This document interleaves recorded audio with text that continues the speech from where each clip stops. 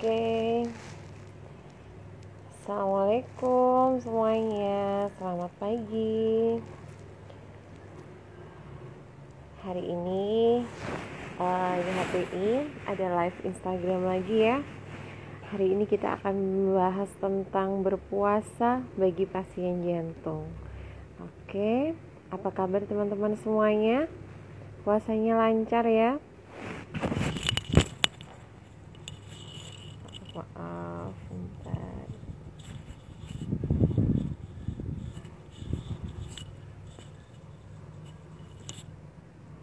Oke, sambil nunggu yang lain. Aduh, maaf.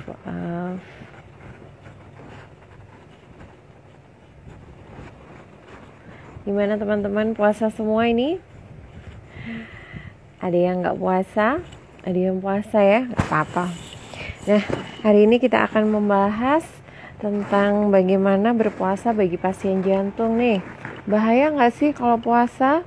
Nah, kalau udah puasa, gimana cara menjaga kondisinya? Kemudian tips-tipsnya apa saja?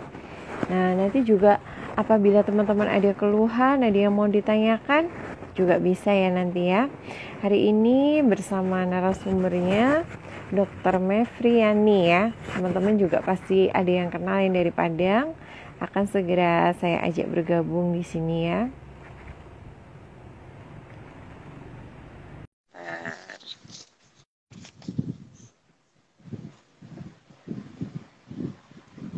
Oke, teman-teman yang mau bertanya tentang berpuasa ya, di sini judulnya berpuasa bagi pasien jantung. Halo dokter, Halo, assalamualaikum. Waalaikumsalam. Apa kabar? Alhamdulillah baik dok. Bagaimana dokter? Puasanya lancar dok? Alhamdulillah lancar. Gimana Mbak Isra kabarnya di situ sehat? Alhamdulillah sehat. Sebelumnya perkenalkan dulu saya Isla ya dok. Saya Iya. tinggal di Sidoarjo, Jawa Timur. Saya dulu juga pasien ASD PH ringan dok, tapi sudah Oh, penutupan oke. jadi sudah normal. Alhamdulillah. Alhamdulillah. Sehat-sehat Dokter ya cantik berarti ya. banget. Iya, Terima alhamdulillah. kasih. Oke, Kita lagi sama-sama puasa ya. iya. Tapi seger banget dokter ini. Alhamdulillah. Oke Gimana Mbak dokter, Isra? untuk pertama monggo perkenalkan diri dokter, silahkan. Oke, terima kasih. Pertama-tama saya mengucapkan terima kasih untuk Yayasan Hipertensi Paru yang sudah mengundang saya. Jadi perkenalkan saya Dr. Amin. Mevriani, SPJP konsultan. Saya dokter spesialis jantung dan pembuluh darah, bertugas di Kota Padang, Sumatera Barat, tepatnya di Rumah Sakit Umum Dr. M. Jamil. Dan kebetulan saya juga sebagai salah satu anggota dari kelompok kerja hipertensi paru dari Perhimpunan Dokter Spesialis Kardiovaskular Indonesia dan Ya. juga salah satu pemerhati untuk hipertensi paru di Indonesia. Gitu. Iya, Jadi boleh dipanggil alhamdulillah. Dokter Yani aja. Iya, iya ada pasiennya dokter juga yang anggota HPI. Apakah Ya, sudah bergabung benar. di sini katanya? Iya. Di absen Wah, ya, di dokter absen Yani nanti. nih narasumbernya. Iya begitu. Oke, dokter Yani dari Padang ini ya. Oke, Ya, dokter. benar. Terima kasih sudah hadir di sini untuk memberikan informasi kepada teman-teman karena memang banyak yang bertanya juga tentang eh, bagaimana tips berpuasa, bagaimana minum obat, kan memang terjadi perubahan pastinya ya dok ya. Benar, Oke, betul. eh, untuk yang pertama sebenarnya berpuasa ini bahaya nggak sih dok untuk pasien jantung, terutama untuk pasien hipertensi paru? Nah, jadi kita mulai dulu bahwa penyakit jantung itu kan sebenarnya macam-macam sekali gitu. Jadi Iya. walaupun jantung itu cuma satu besaran dari sekepalan tangan, tapi penyakitnya itu macam-macam. Sehingga kalau misalnya kita mau menentukan apakah seorang pasien jantung itu boleh berpuasa atau tidak, itu kita harus lihat dulu dari kondisi penyakit jantung yang dideritanya, seberapa berat kondisi jantung tersebut. Nah, sebenarnya di tahun ini 2022 dari Perhimpunan Dokter Spesialis Kardiovaskular Indonesia, kita tuh sudah membuatkan suatu rekomendasi tentang kondisi-kondisi mana pasien dari penyakit jantung itu yang disarankan untuk diperbolehkan untuk berpuasa, kemudian ada yang disarankan untuk tidak berpuasa, kemudian ada juga yang diminta atau tidak diperbolehkan sebenarnya untuk berpuasa. Jadi untuk itu tentunya kita sebagai pasien ataupun kita sebagai dokter klinisinya, kita harus tahu dulu nih sebenarnya penyakit jantungnya itu masuk kelompok yang mana. Jadi sebelum kita menentukan seseorang itu boleh berpuasa, kita harus tentukan dulu dia masuknya dalam resiko apakah masuk resiko ringan atau sedang, yang artinya dia dipertimbangkan boleh untuk berpuasa, atau masuk resiko tinggi, jadi yang dianjurkan sebaiknya tidak berpuasa, atau malah yang resikonya sangat tinggi. Nah, resiko yang sangat tinggi ini dianggap bahwa tidak dianjurkan atau tidak diperbolehkan untuk berpuasa. Nah, jadi kalau misalnya kita kelompok pasien yang mungkin punya hipertensi tapi tekanan darahnya terkontrol, kemudian gagal jantung tapi pompa jantungnya masih di atas 35%, karena tentunya kalau pasien-pasien jantung sudah sangat terbiasa mendengar kata-kata ekokardiografi ya, pemeriksaan USG jantung untuk mendeteksi bagaimana kemampuan pompa jantung. Jadi udah tahu tuh biasanya, oh kalau apalagi yang sudah sering rutin pasien-pasien hipertensi paru kan sering dievaluasi ya, terus nanti dikasih tahu oh ejection fraction-nya atau fraksi ejeksinya atau artinya itu kemampuan pemompaannya itu 50%. Oh yang ini 30%. Nah, angka itu kan biasanya sudah akrab di telinga pasien-pasien jantung. Nah, jadi kalau misalnya pompa jantungnya masih bagus, lalu kemudian tidak ada keluhan yang menonjol, lalu kemudian bisa juga pasien-pasien yang mungkin pasang pacu jantung, atau pasien yang dengan gangguan katup, tapi katupnya gangguannya hanya bersifat ringan atau sedang, itu diperbolehkan untuk berpuasa. Nah, kalau yang dipertimbangkan untuk berpuasa itu nanti ada lagi. Nah, untuk yang range ini kan agak abu-abu karena satu tidak boleh, yang satu lagi boleh. Nah, kita kan bicara langsung yang nggak boleh nih, Mbak Isla. Jadi biar tahu bahwa ya, kalau kita berada range di rata-rata di tengah-tengah ini, maka pada kondisi ini baiknya didiskusikan sama dokter jantungnya.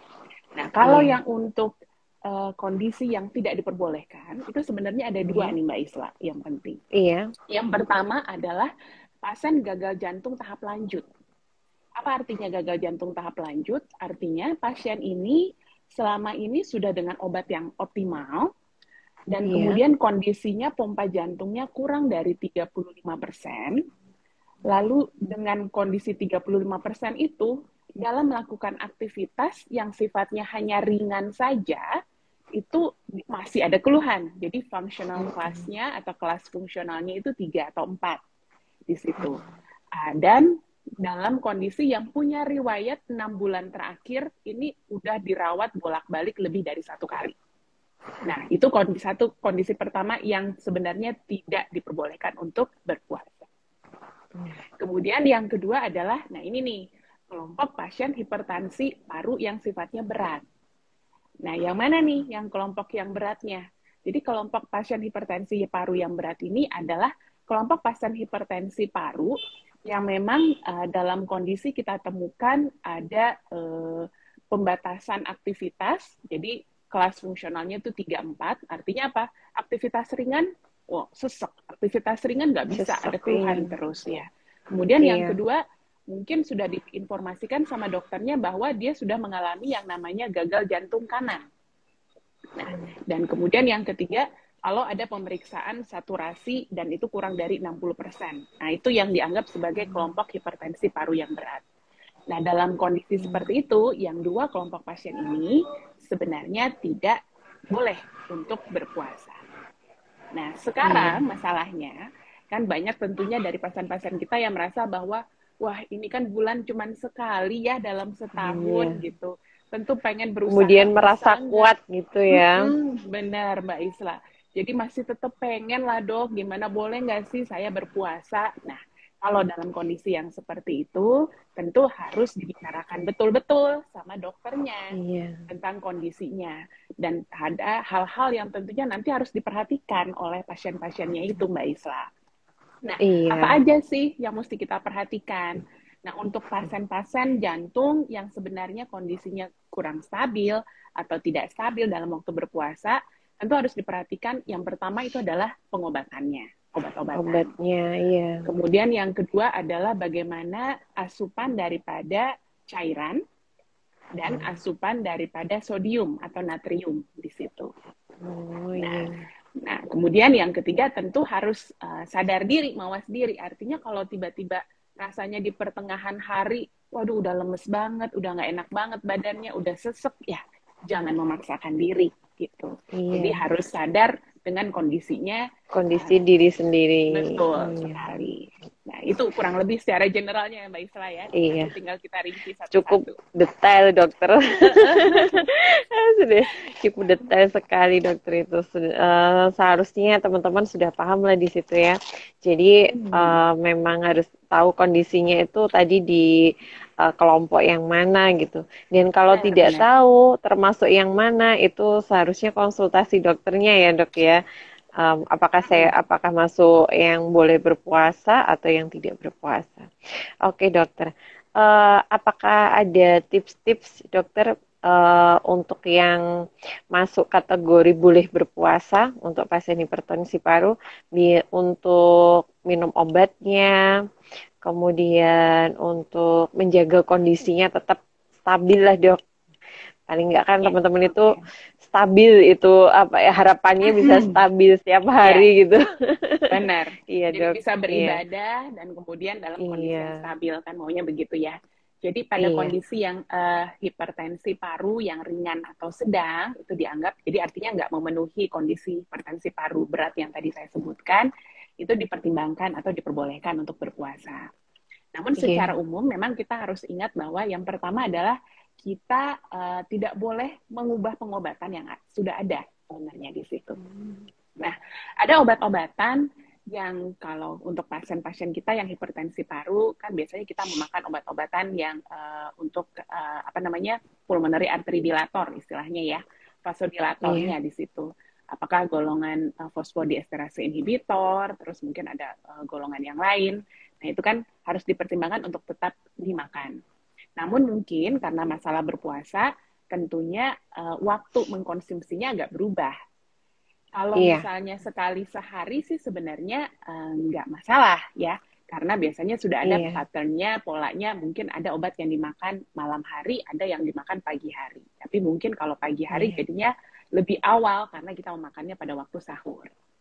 Nah, Sahur, kalau iya. memakannya pada waktu memakan obatnya itu yang sifatnya 2 kali sehari, berarti kita akan memakannya satu setelah berbuka, kemudian yang pagi itu pada waktu kita sahur di situ. Sahur. Jadi usahakan jaraknya memang sebenarnya kan maunya 12 jam ya.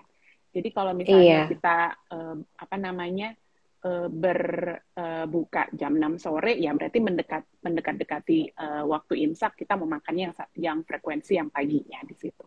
iya. Nah, kalau untuk yang apa namanya yang 3 kali, Tiga kali rata-rata nah dok itu ya. ya karena sildenafil ya seringnya kan 3 kali Iya. itu Hmm, ya, pasien-pasien itu juga bertanya 3 kali jadi gimana ya dok makannya gitu kan makan di tengah-tengah iya. batal puasanya tuh puasa 5 hari jadinya ya. Nah jadi Puasa dalam beduk kondisi jadinya. puasa beduk-beduk zuhur udah langsung makan deh. Nah jadi dalam kondisi yang 3 kali kita mesti ingat bahwa yang namanya sildenafil ini itu waktu paruh atau waktu kerja obatnya itu kurang lebih sekitar 4 sampai 6 jam di situ. Jadi kalau seperti itu bagaimana caranya? Jadi mungkin kita memang atur karena kan periode kita apa namanya berbuka ini atau boleh makan ini pun jadi kurang lebih sekitar 12 jam ya gitu. Jadi Iya. kalau dibagi 3 Tidak berarti sampai jaraknya iya. jadi dibagi 3 jaraknya kurang lebih sekitar 4 jam. Nah, itu 4 bisa jam ya. dipertimbangkan berarti satu mungkin kita makan pada waktu kita berbuka, kemudian satu di Iya. malam hari saat menjelang tidur mungkin sekitar jam 10 jam 11 malam, lalu kemudian satu lagi pada saat kita sahur gitu. Namun kalau misalnya ternyata kita lakukan seperti itu tuh gitu. Jadi kita lakukan satu pada waktu berbuka, satu kemudian waktu pas menjelang tidur, malam hari muncul. Tapi kita tahu sebenarnya pada waktu kita berpuasa kan bisa jadi efek daripada sildenafilnya jadi habis di situ. Dan dalam kondisi seperti itu mungkin akan muncul ada keluhan. Nah, kalau misalnya ada keluhannya iya itu dok ya. muncul, tentu kita harus Iya. pertimbangkan bahwa sepertinya tidak bisa kita melanjutkan untuk tetap berpuasa dengan cara periode atau frekuensi makan obatnya seperti itu. Itulah salah satu yang menyebabkan dasarnya kenapa kalau pasien yang hipertensi paru berat, yang mungkin sangat tergantung ya dengan frekuensi Iya. makan obatnya, Obatnya. itu Iya. tidak diperbolehkan jadinya Mbak Bisa. Isla untuk berpuasa. Hmm. Iya, Gitu. iya sih dok ya. Saya sih mikirnya Mm-mm. cuman frekuensi jarak minum obat. Reaksinya juga ya dok ya yang Uh-uh. perlu Iya, dipertimbangkan. benar. Iya, iya, Betul. iya. Oke. Dan jadi kita sama sekali nggak menyarankan bahwa apa namanya, oh kalau begitu yang 3 kali kita turunin aja jadi 2 kali, terus yang 2 kali dosisnya Iya. tinggal bagi 2 gitu. Nggak boleh Iya. juga seperti itu gitu. Iya. Karena namanya obat itu kita akan bicara namanya apa, farmakologi obatnya, farmakokinetik obatnya, itu mesti dipertimbangkan. Nah, jadi itu yang untuk masalah makan obatnya. Kemudian Iya. kalau untuk pasien-pasien jantung, sebenarnya yang ditakutkan tuh paling besar Mbak Isla dalam kondisi Iya. berpuasa itu adalah ketakutan atau kecemasan bahwa berpuasa ini akan memberikan efek dehidrasi kepada pasien. Karena kan kita Iya. menahan itu lebih dari 12 jam di situ. Nah, Iya. ini yang paling ditakutkan. Padahal banyak pasien-pasien kita yang harus memastikan bahwa jumlah status cairan di dalam tubuhnya itu harus cukup. Apalagi kalau pasien-pasiennya sudah dalam kondisi yang jatuh ke gagal jantung di situ. Nah, jadi pada kondisi seperti itu memang harus diperhatikan betul bahwa asupan daripada cairannya jangan terlalu kurang, juga tidak berlebih. Biasanya kan kalau pasien-pasien jantung tuh sudah diinformasikan ya sama dokternya pasti Iya. bahwa Ada ada batasan takarannya ya ya. Iya. minumnya gitu. Ada yang paling banyak 1,5 liter, ada yang banyaknya Iya. sekitar 1,2, ada yang cuma boleh 1 liter gitu. Biasanya kan dihitung Iya. dengan berat Betul. badan pasiennya. Jadi jumlah itu Iya. jangan dikurangin. Nah, itu yang harus dicukupkan begitu kita sudah waktunya untuk boleh makan atau minum. Jadi sepanjang waktu dari berbuka sampai ke sahur, asupan cairannya yang diminta seperti biasa itu harus dipenuhi di situ. Karena kalau begitu kita dehidrasi, yang ditakutkan itu adalah begitu seseorang mengalami dehidrasi, pasti akan ada kekurangan elektrolit atau garam tubuhnya. Sementara Iya. kalau misalnya elektrolit atau garam tubuhnya itu turun, itu akan berisiko menyebabkan terjadinya gangguan daripada irama jantung di situ. Nah, Oh. begitu Oh, juga, langsung ke irama jantung ya, Dok ya? benar. Satu ke irama jantung, satu lagi adalah bahwa kalau kita mengalami dehidrasi, cairan kurang dalam tubuh, maka tekanan darah kita akan cenderung untuk turun. Jadi hipotensi di situ. Dan itu juga pada beberapa kelompok pasien kan jadi berbahaya. Nah, inilah Iya. hal yang paling kita takutkan. Sehingga kita selalu mengingatkan kepada pasien-pasien, kalau memang mau berpuasa, boleh status cairannya itu tetap diminta jumlahnya sesuai pada waktu kita tidak berpuasa. Jadi misalnya diminta Iya. 1,5 liter nih, sebenarnya harus minum sehari semalam, nggak boleh lebih. Oke, berarti waktu berpuasa, sepanjang fase kita boleh berbuka, boleh makan dan minum itu, 1,5 liter itu harus dicukupi di situ. Iya. Gitu. Nah, untuk pasien yang konsumsi furosemid bagaimana, Dok? Nah, Untuk itu juga banyak banget pertanyaan. Gimana iya. nih kalau pakai furosemid? Nah, itulah. Kalau ada beberapa pasien gagal jantung yang mungkin pompa jantungnya bagus, 35%, kemudian status volumenya cukup, itu bisa tidak ketergantungan pada furosemid. Jadi itu kan nggak masalah. Nah, kalau misalnya pakai furosemid, itu memang masih banyak perdebatannya. Tapi intinya adalah kalau kita memang harus, atau kita menilai dari dokter, kita nilai bahwa pasien ini memang dalam kondisi overload terus, sehingga harus mengkonsumsi furosemid secara terus-menerus setiap harinya, maka kita bisa Iya. pertimbangkan pemberian furosemid itu di malam hari. Walaupun resikonya kan jadinya sering buang air kecil ya, begitu. Iya. Nah, tapi pemberiannya kenapa dipertimbangkan malam hari? Karena kalau misalnya di pagi hari, dengan kita sudah menahan, ada status volumenya yang tentunya pasti menurun di situ, maka resiko dehidrasinya akan menjadi semakin tinggi. Dan Iya, itulah betul dokter. apa namanya yang mesti dipertimbangkan gitu. Tapi kalau Iya. misalnya dinilai nih oleh dokternya status volumenya sudah cukup bagus nih gitu. Kemarin masih pakai furosemid 1 kali 40. Nah, boleh kita pertimbangkan, coba deh kalau gitu Bu, kita turunkan furosemidnya yang 40 mg tadi jadi 20 mg, jadi setengah tablet. Nah, dinilai nih kondisinya nyaman nggak? Tapi kalau memang tidak nyaman, berarti memang harus tetap dengan 40 mg dan kita sarankan itu di malam hari untuk Malam dikonsumsi. hari, iya. Benar.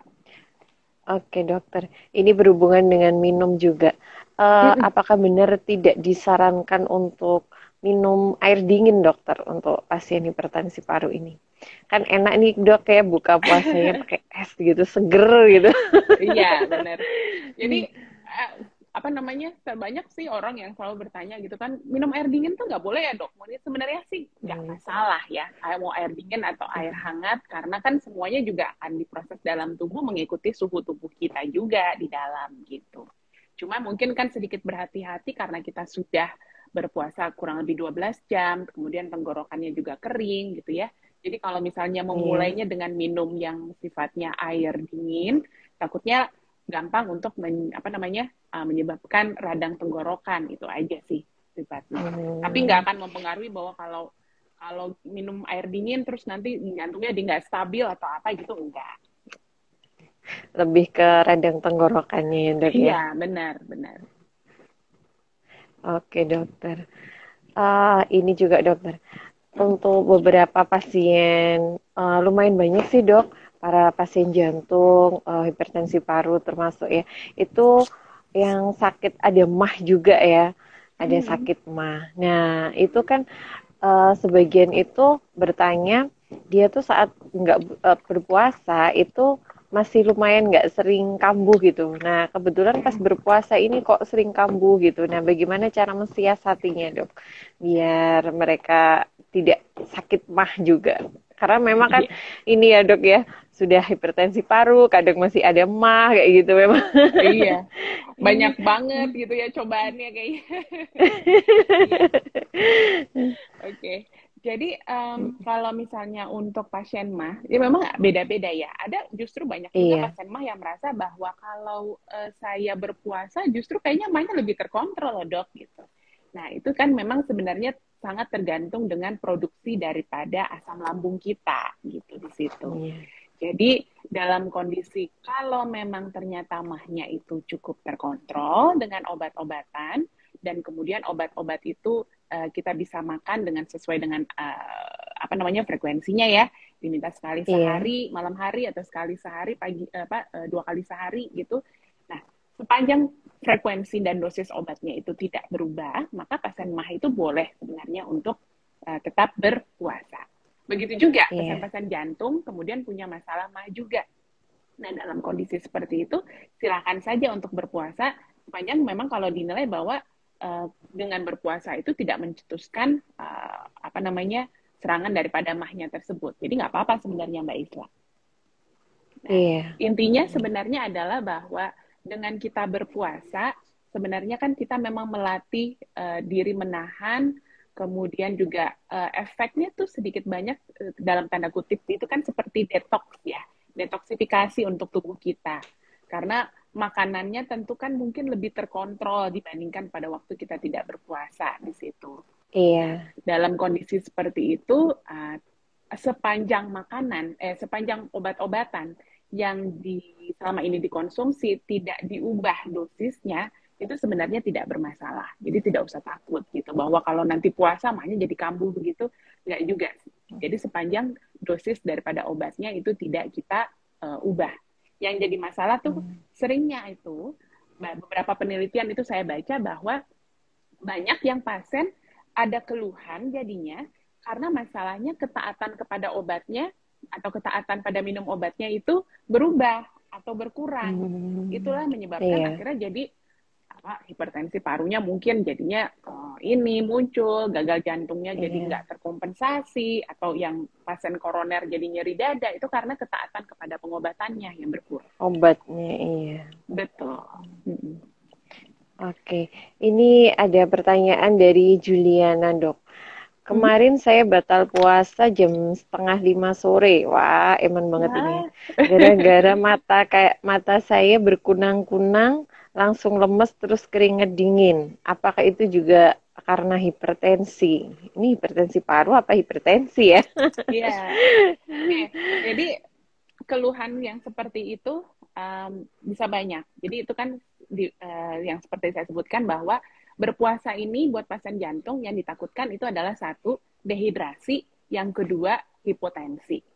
Nah, tentu kalau misalnya merasa bahwa oh, ada gejala ini apa saya hipotensi ya, kadang memang harus kita cek sebenarnya ya tekanan darahnya itu Iya, berapa gitu untuk nyatakan bahwa dia memang hipotensi apa enggak. Tapi memang kalau kita iya, berpuasa, efek yang ditakutkan itu adalah timbul akibat daripada dehidrasinya ataupun dari hipotensinya. Pada pasien iya, yang punya riwayat diabetes, biasanya ditambah lagi dengan resiko dia mengalami hipoglikemi di situ. Nah, jadi dalam kondisi seperti itu, nah itu Mbak Juliana jawab nih, hipertensi paru dok kok. Jadi memang dalam kondisi hipertensi paru. Bisa saja sih Mbak Juliana bahwa kondisi yang dialami itu istilah kita namanya presincope, ya. Jadi kayak mau pingsan gitu, rasa melayang gitu, bisa ditimbulkan akibat daripada kondisi tekanan darahnya yang turun. Ingat obat-obat pulmonary artery dilator, obat-obat untuk pH itu kan juga punya efek menurunkan tekanan darah iya gitu. Walaupun betul. nggak sebesar obat-obat hipertensi biasa ya, tapi punya Iya, efek juga di situ. Nah, jadi harus diperhatikan lagi nanti, apakah satu obatnya ada yang punya efek hipotensi yang kemudian dimakan secara bersamaan. Ini kan soalnya time span atau waktu yang untuk makan obat kan jadi lebih pendek ya selama kita puasa, cuma 12 jam kan. Jadi kadang-kadang ada iya. pasien yang takut lupa terus langsung, oh udah saya makan aja deh, ada obatnya 4 atau 5, sekali makan gitu. Padahal ternyata bikin tensi turun. Ya, jadi Iya. bisa jadi seperti itu. Nah, kemudian yang kedua, mesti diingat juga tentang status volumenya atau status cairan di dalam tubuhnya. Itu harus dicukupi.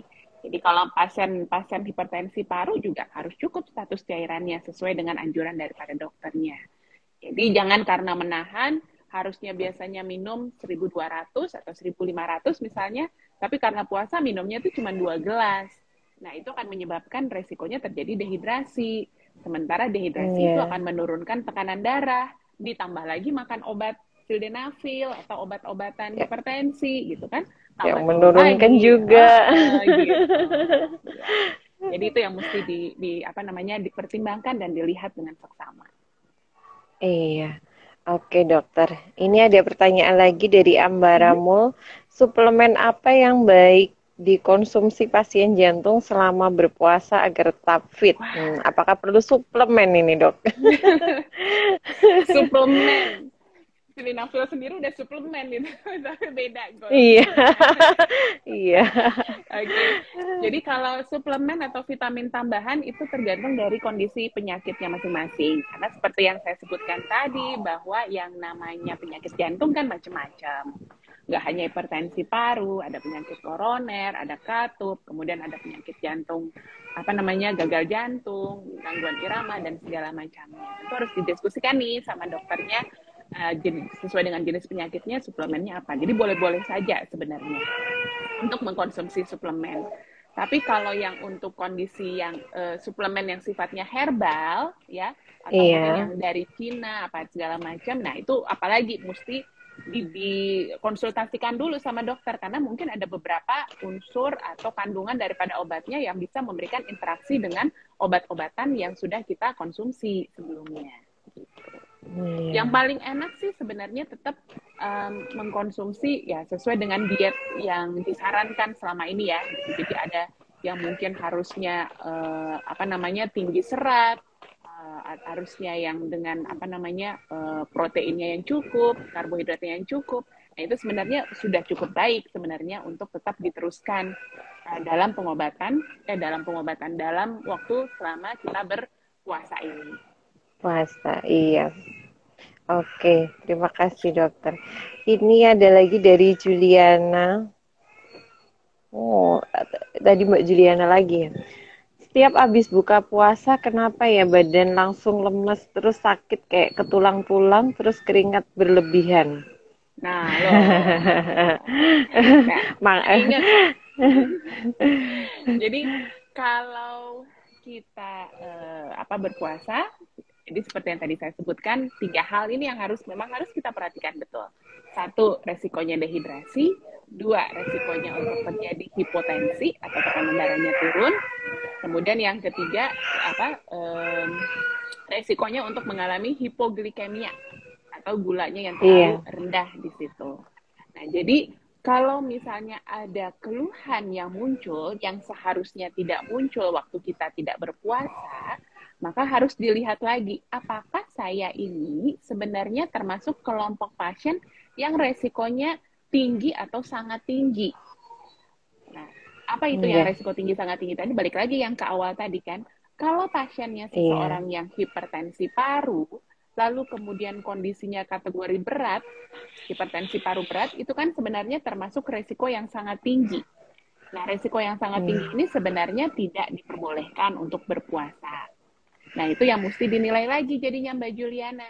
Apakah memang ternyata sudah dievaluasi bahwa oke, dikatakan dokter saya ini hipertensi parunya berat, tekanan parunya tinggi, kemudian pompa jantungnya sudah mengalami gangguan, ataupun saturasi oksigennya itu sebenarnya udah kurang dari 60%. Itu sebenarnya sudah tidak diperbolehkan untuk berpuasa. Jadi itu mungkin dipertimbangkan lagi bahwa berpuasa ini memang bagi kita ingin ya untuk semuanya, tapi kalau pada kondisi-kondisi yang ternyata tidak memungkinkan, kita tidak boleh juga untuk menzolimi diri kita sendiri di sini kan istilahnya. Nah, jadi nggak ada pilihannya untuk tidak berpuasa gitu.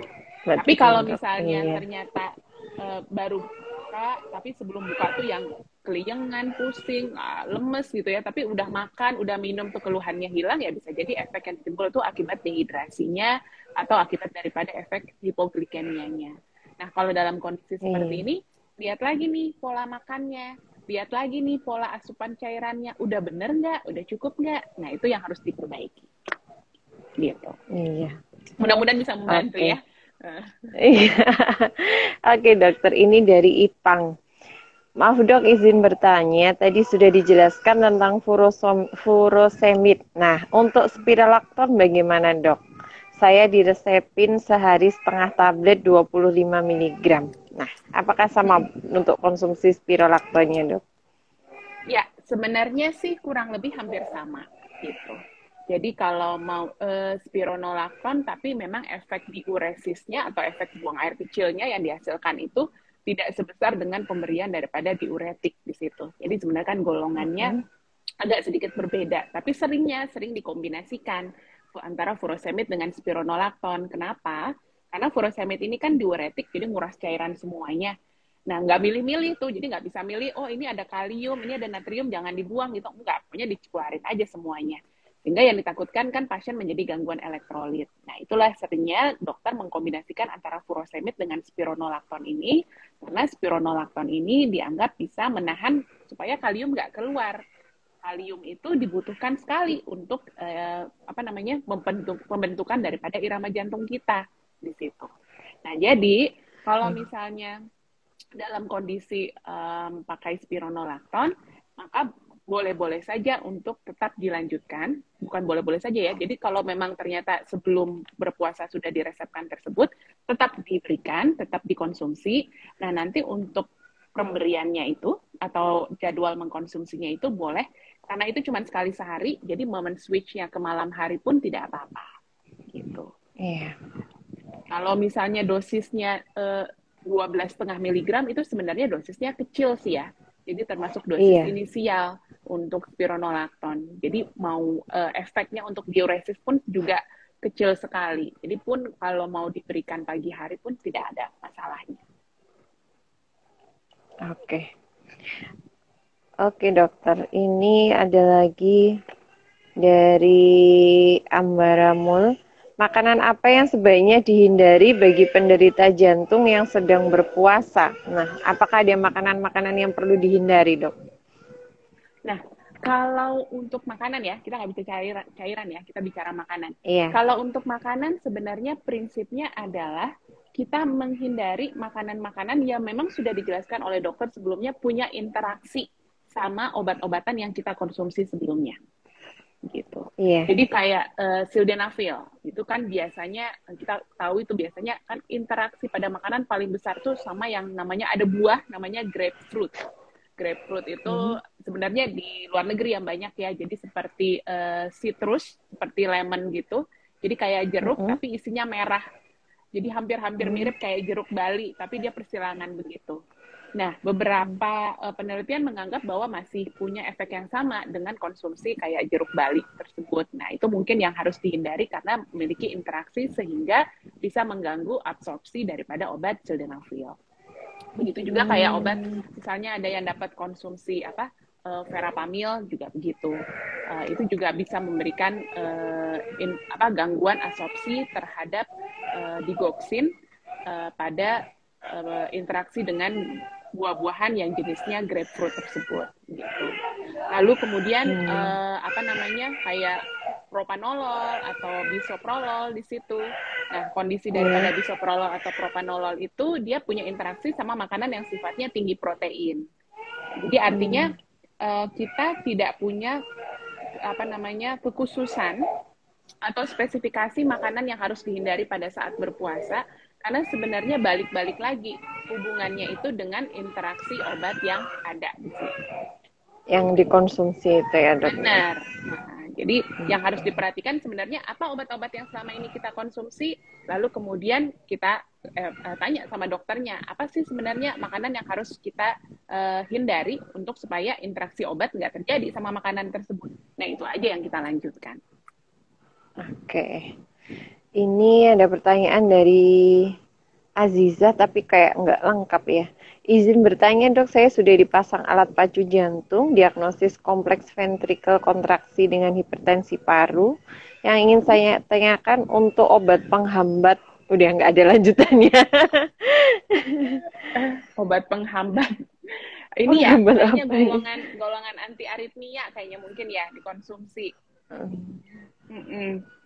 Ya, Hmm, jadi sebenarnya sih kalau pasien sudah dengan pacu jantung permanen, maka iya. itu diperbolehkan untuk berpuasa.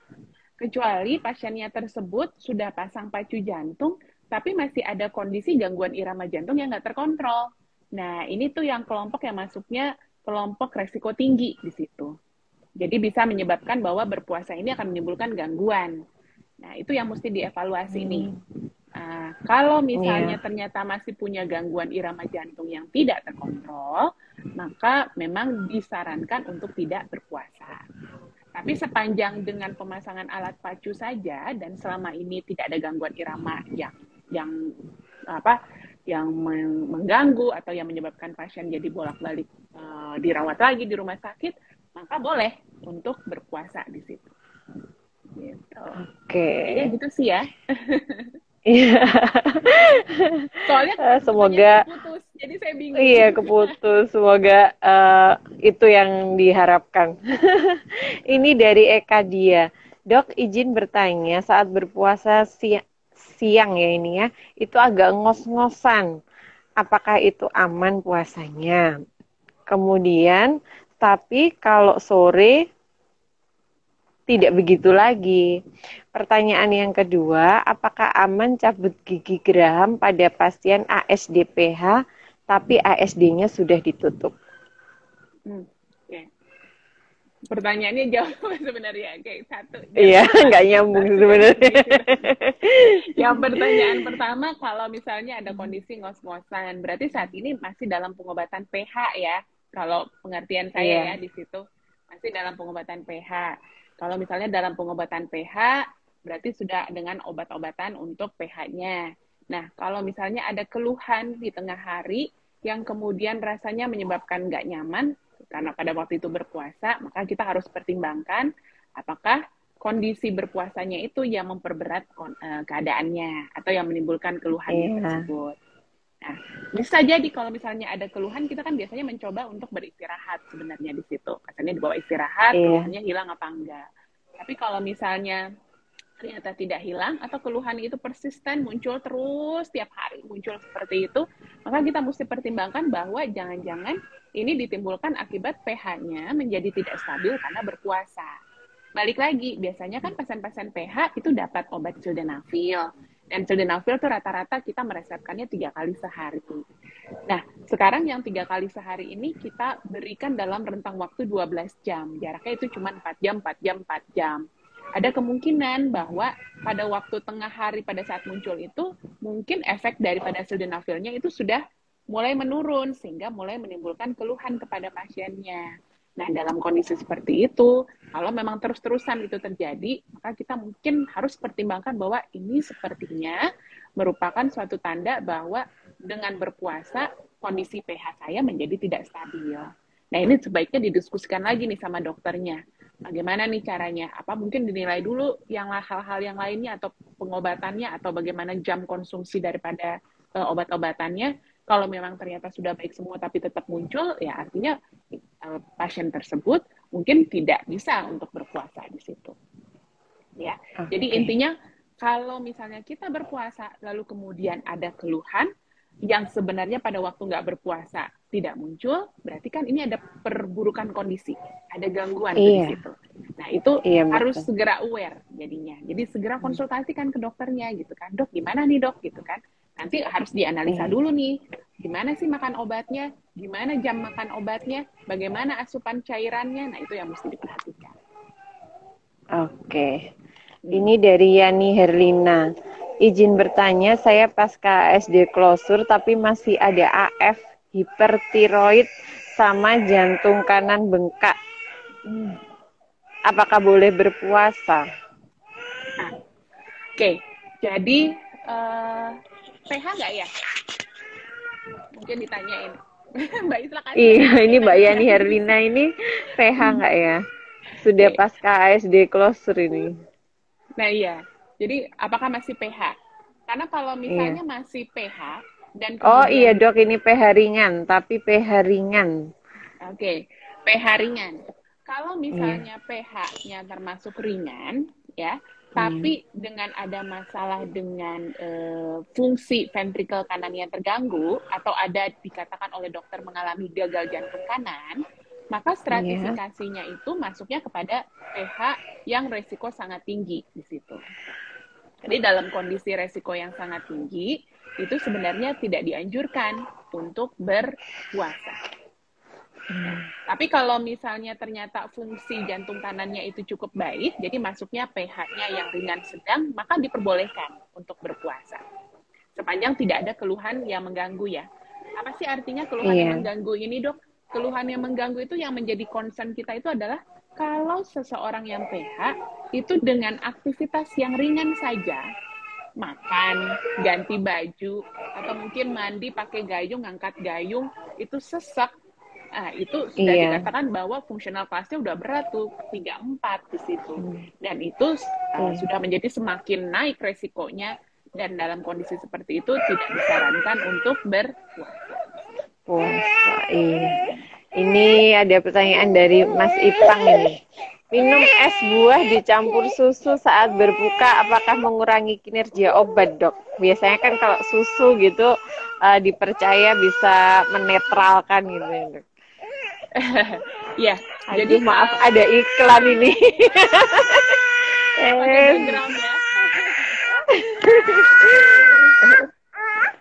Iya. Oke, jadi kalau untuk masalah susu ada beberapa obat yang memang punya interaksi dengan susunya, sehingga dalam kondisi seperti ini maka harus dilihat dulu nih obat-obatnya apa yang dikonsumsi. Nah, ada beberapa obat yang tidak disarankan untuk berinteraksi dengan susu. Karena itu biasanya dokter akan memberi informasi kapan kita mengkonsumsi obatnya. Ada obat yang dimakan sebelum makan, ada yang sesudah, tapi juga biasanya juga diberitahukan jam pemberian obatnya, mungkin 1 jam sebelum makan atau mungkin 2 jam setelah makan. Jadi kalau misalnya minum es buah pakai susu terus banyak obat-obat yang harus diminum dan ragu itu bisa menimbulkan interaksi obat, maka dalam kondisi seperti itu coba pertimbangkan untuk menjarakkan konsumsi obatnya dengan waktu minum es buah atau susu tersebut. Jadi bisa kurang lebih sekitar 2 jam. Jadi setelah makan baru kita mengkonsumsi obat-obatannya. Iya. Kepingin ya Seru memang ya? es buah dicampur. Saya baca pertanyaannya ini agak membayangkan ini seger ini emang. Oke, ini dari Mbak Amida ini. Izin bertanya dok, saya pasien ASDPH. Alhamdulillah lancar berpuasa, tapi saat habis berbuka pasti langsung berdebar-debar dan lemes. Adakah tips berbuka yang aman dok? Mungkin cara mengonsumsi makanan dan minumannya mungkin dok biar aman gitu seperti apa? Ya, jadi ada beberapa bahasan yang menyangkut tentang bagaimana sih pola kita berbuka pada pasien-pasien yang mengalami pasien-pasien jantung ya khususnya di sini. Jadi sebenarnya disarankan sih kita punya 3 termen di situ untuk pola makan kita. Jadi satu ya waktu kita memang melepas puasa, jadi pada saat berbuka awal. Kemudian nanti untuk mengkonsumsi yang berat-berat itu biasanya disarankan lebih malam. Jadi istilahnya dinner gitu. Dan kemudian setelah itu satu lagi ya tentu pada waktu kita sahur. Jadi sebaiknya sih ada jarak atau rentang waktu antara pada saat kita hanya melepas puasa kita. Jadi hanya dengan minum atau dengan perbukaan. Lalu kemudian nanti dibuatkan jarak sekitar 1 atau 2 jamnya, baru kemudian kita makan makanan yang utama di situ. Jadi mungkin bisa dipertimbangkan caranya seperti itu. Kalau misalnya langsung semuanya, nah itu takutnya sih berbahaya juga ya. Karena kalau ada kondisi berdebar-debar atau sesak, artinya kan bahwa tidak stabil nih kondisi pasiennya di situ. Nah ini yang mesti kita pertimbangkan. Kemudian juga selain dengan menjarakkan waktunya itu, juga nanti mungkin harus dilihat bahwa asupan daripada cairan sama asupan daripada garam tubuhnya itu udah cukup atau belum. Nah itu yang mesti dilihat di situ. Karena kalau kita berpuasa, lalu kemudian asupan cairan nggak cukup, asupan garam nggak cukup, resikonya itu pasti akan menyebabkan gangguan daripada garam tubuh, dan itu beresiko untuk menyebabkan gangguan irama jantung di situ. Nah, ini juga yang mesti dipertimbangkan atau dilihat, dievaluasi. Iya, oke dokter. Ini Juliana lagi. Sebenarnya furosemid itu wajib nggak sih dok buat diminum setiap hari?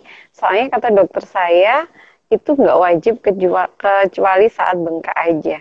Nah memang beda-beda ini ya dok ya, tergantung kondisi ya dok. Jadi furosemid itu adalah obat untuk mengurangi kelebihan cairan di dalam tubuh, volume overload istilahnya.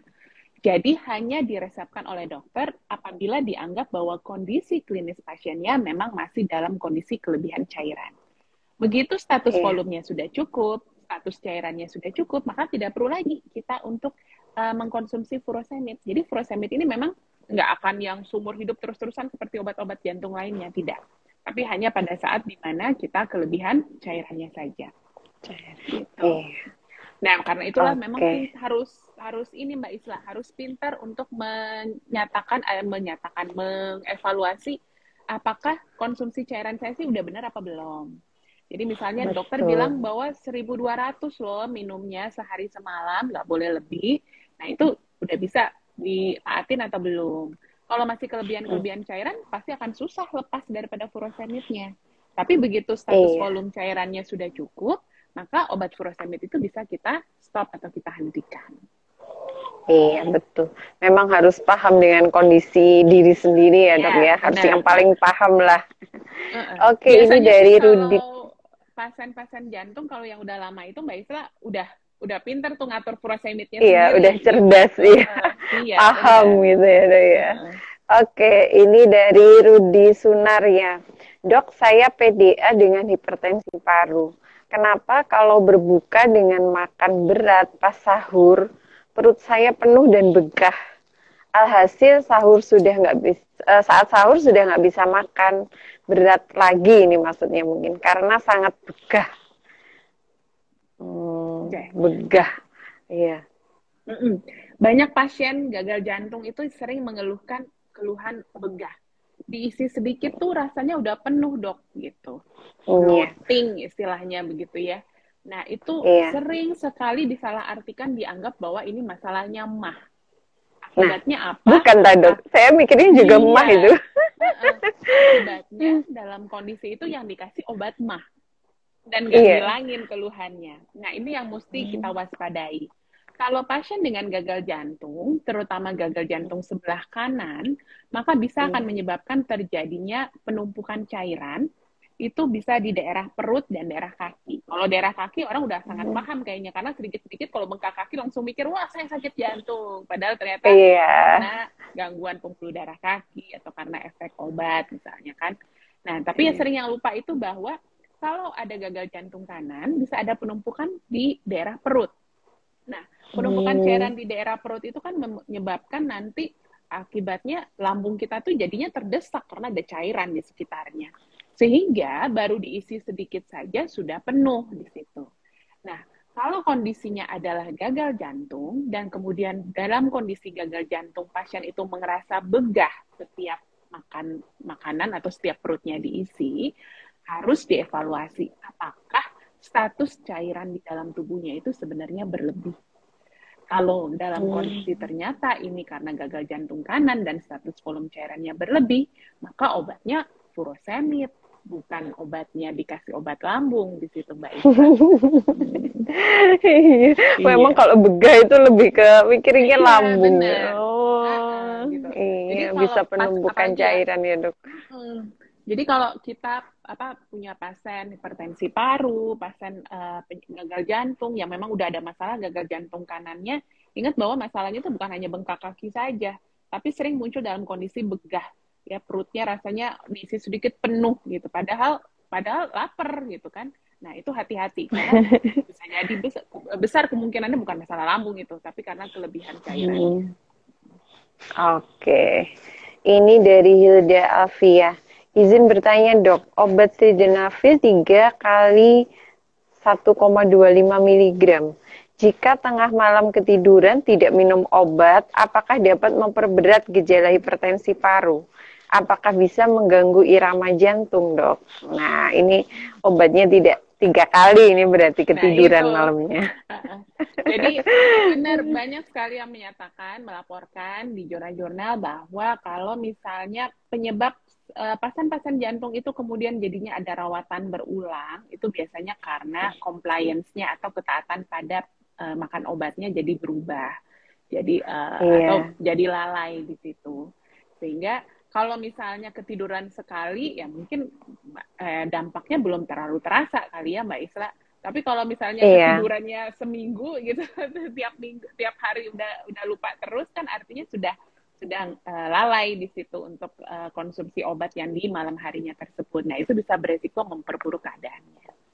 Jadi memang intinya begitu ada obat yang harusnya 3 kali sehari, harus dimakan, terutama sildenafil. Kan nggak ada nih pengganti obat sildenafil yang cuma sekali sehari, kan nggak bisa. Kalau misalnya 3 kali sehari di situ, maka dalam kondisi seperti itu, mamang makan obatnya jadinya satu pada saat berbuka, satu menjelang tidur, dan kemudian satu lagi pada saat sahur. Itu betul-betul harus ditaati di situ. Jadi puasanya dapat, ininya juga kondisinya dapet, tapi kondisinya tetap stabil, kan semuanya maunya begitu. Iya, karena kan mikir efek setelahnya juga ya, Dok ya. Benar, iya. Oke, ini dari Hilda Alfia lagi. Saya dipasang alat pacu jantung diagnosis VPC plus PH. Untuk obat penghambat beta disarankan dokter untuk diminum hanya berdebarnya saja. Sekarang berdebarnya sering. Apakah boleh obatnya diminum lebih sering juga, Dok? Jadi Apa namanya, obat-obatan itu kan ada petunjuknya masing-masing. Ada yang dimakan sekali sehari, ada yang dimakan 2 kali sehari, ada yang dimakan 3 kali sehari. Tentu harus berdasarkan Iya. dengan aturan dokternya ya di situ. Tapi kalau Mm-mm. misalnya seseorang yang sudah dipasang pacu jantung, terus masih dapat obat untuk kontrol irama jantungnya, yang pesan awalnya itu hanya dimakan bila ada keluhan, dan sekarang misalnya keluhannya tambah sering muncul, berarti harus dimakan secara rutin gitu.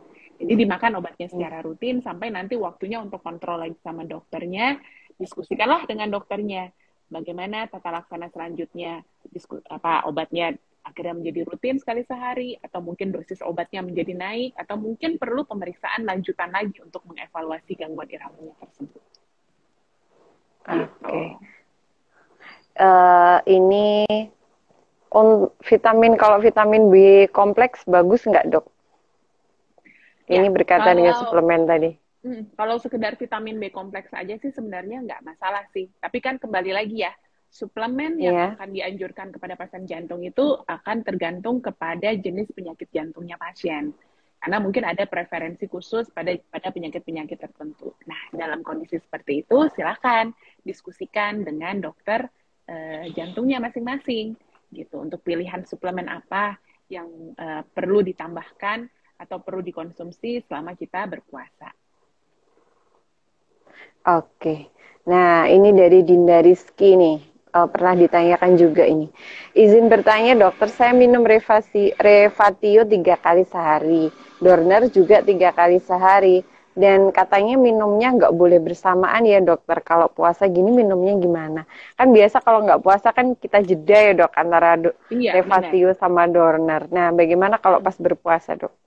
Oke. Jadi sekarang tentunya pastiin dulu kita masuk resikonya yang mana nih gitu. Karena yang tidak dianjurkan untuk berpuasa kan adalah kelompok yang pH berat tadi. pH berat itu apa maksudnya? pH yang dengan fungsional kelasnya 3-4, terus kemudian punya gangguan daripada jantung kanan, dan kemudian saturasi oksigennya kurang dari 60%. Nah, itu dianggap sebagai pH yang kategorinya resikonya sangat tinggi, sehingga tidak diperbolehkan untuk berpuasa. Kalau tidak masuk Iya. itu, berarti kita dipertimbangkan boleh nih untuk berpuasa. Nah, penggunaan daripada obat-obatan, baik Revatio ataupun dengan Dorner, itu kedua-duanya pasti punya efek untuk menurunkan tekanan darah. Dan yang ditakutkan kan Iya. pada berpuasa itu adalah tadi 3 resiko. Tekanan darahnya turun, dehidrasi pasiennya, atau hipoglikemi kalau pasiennya ada diabetes kan.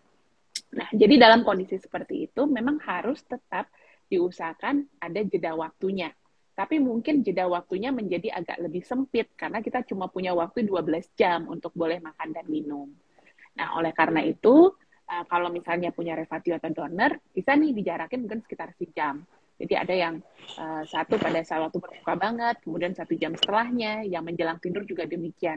Memang jadi lebih repot ya, tapi Iya. yang harus dipahami, kita tidak boleh mengurangi dosis, itu intinya. Dan kalau misalnya dimakan untuk bersamaan, kita juga tahu bahwa risiko untuk terjadinya hipotensi itu tetap ada. Nah, ini Iya, yang iya. mesti kita jadikan pertimbangan dalam mengkonsumsi obat.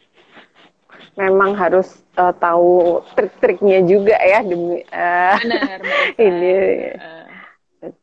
Nah, ini berkaitan dengan perut begah tadi. Ada pertanyaan dari Mbak Diah Sulistiawati. Bagaimana kita bisa tahu ada penumpukan cairan di perut? Cirinya seperti apa, Dok? Karena perut saya besar dan saya kadang begah dan mikirnya juga emah. Dia diagnosanya pH ringan dengan diagnosa STEP dan CVI. Ya, jadi ada CTEP ya, kan pasien pH Iya, juga. CTEP. Iya. Nah, jadi kalau dalam kondisi apakah kita memang ini keluhan begahnya karena jantung atau dari mah, tetap harus dikonsulkan dulu kepada dokternya. Jadi nanti mungkin dokter akan melakukan evaluasi. Paling gampang sih sebenarnya biasanya kita akan melakukan pemeriksaan itu satu dengan ekokardiografi, kemudian yang kedua kita lakukan pemeriksaan laboratorium untuk menilai status cairannya. Nah, nanti baru dari situ tuh dokter lihat apakah ini keluhannya terkait dengan masalah gangguan status cairan atau karena masalah dispepsianya atau masalah lambungnya saja gitu. Tapi Tapi intinya, Iya. kalau misalnya kita memang ada masalah jantung dan kemudian ada keluhan megah, jangan pernah ragu-ragu untuk mengkonsultasikan ini kepada dokter. Karena sering sekali miss dianggap itu hanya masalah dengan lambungnya saja. Akibatnya pengobatannya menjadi tidak adekuat. Iya. Oke, kayaknya sudah terjawab semuanya, Dok. Aduh, maaf. Oke. Mungkin ada ini, Dok. Tips-tips dan saran untuk teman-teman bagaimana menjaga kondisi agar tetap stabil meskipun berpuasa untuk teman-teman yang diperbolehkan puasa tadi, Dok. Oke. Jadi untuk disimpulkan saja ya bahwa begitu kita memasuki bulan Ramadan, itu memang sebenarnya kita harus tahu dulu, baik bagi dokternya ataupun bagi pasiennya, kalau ada seseorang pasien jantung akan berpuasa, dinilai dulu stratifikasi resikonya kelompok yang mana. Kalau kelompok yang tidak boleh berpuasa itu tadi yang seperti saya sampaikan kan cuma 2. Satu, pasien yang gagal jantung berat, yang pompa jantungnya kurang 35%, dengan fungsional kelasnya 3-4, lalu obat-obatannya padahal sudah optimal, itu tidak disarankan tidak diperbolehkan untuk berpuasa. Kemudian yang kedua adalah pasien hipertensi paru dengan fungsional kelasnya sudah 3-4, atau punya gagal jantung kanan atau saturasi oksigennya yang kurang dari 60%. Itu dua-duanya yang sangat berbahaya sebenarnya untuk dipaksakan untuk berpuasa. Tapi di luar yang itu boleh dipertimbangkan untuk berpuasa. Nah, sekarang berpuasa, apa yang harus kita perhatikan? Pertama, obat-obatan dosis tidak boleh diturunkan. Hanya mungkin nanti waktu pemberian obatnya yang kita akan ubah gitu. Kemudian yang kedua adalah selalu perhatikan asupan cairan dan asupan daripada garamnya. Ya, asupan natrium lebih tepatnya sih di situ. Nah, kenapa? Karena kondisi dehidrasi, kondisi daripada kekurangan garam tubuh itu bisa menyebabkan perburukan daripada kondisi kita, di mana bisa terjadi dehidrasi, terjadi hipotensi di situ.